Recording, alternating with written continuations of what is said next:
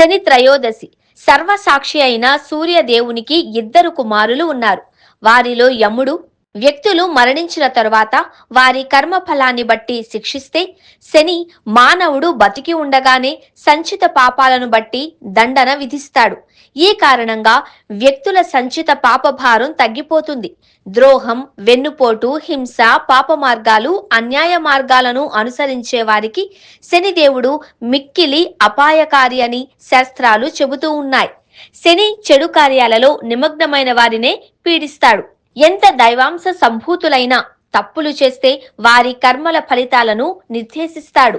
సత్కార్యాలు చేసే వారికి మహోన్నతమైన భాగ్యాన్ని అనుగ్రహిస్తాడు. ఆయన తన బాధ్యతలను నిజాయితీగా, ఖచ్చితత్వంతో, సమవర్తిగా నిర్వహిస్తాడు. ఇందులో ఎటువంటి పక్షపాత బుద్ధి లేదు. దీనికోసం ఆయనను పూజించాలే కాని భయపడకూడదు. ఈ వాస్తవాన్ని గ్రహించిన మన పూర్వీకులు శని త్రయోదశి నాడు శనేశ్వరుని ఆరాధించాలి అని నిర్దేశించారు. జ్యోతిష్య శాస్త్రరీత్యా ఆయన శరీరానికి అధిపతి. వ్యక్తి జీవితంలో శని దశ జరిగే సమయంలో పూర్వజన్మలో చేసిన దుష్కర్మలకు శిక్ష అనుభవించాల్సి వస్తుంది. పైకి అవి శిక్షలుగా కనబడినా వాస్తవానికి అవి సన్మార్గంలో మనమెంతలా నిలబడుతున్నామో తెలుసుకునేందుకు పెట్టే పరీక్షలే.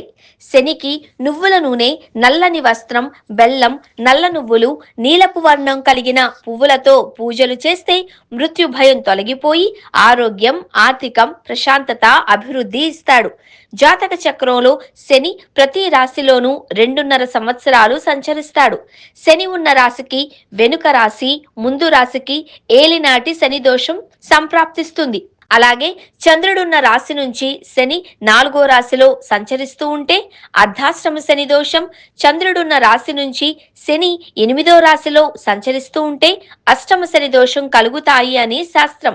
ఇలా ఏర్పడే అర్ధాష్టమ, అష్టమ, ఏలినాటి శని దోషాల వల్ల వ్యక్తులకు ఏకాగ్రత లోపం, వాహన ప్రమాదాలు, పెద్దల గురించి ఆందోళన, చంచలత్వం పెరిగిపోవడం, ఆరోగ్యంలో చికాకులు వంటివి ఏర్పడతాయి.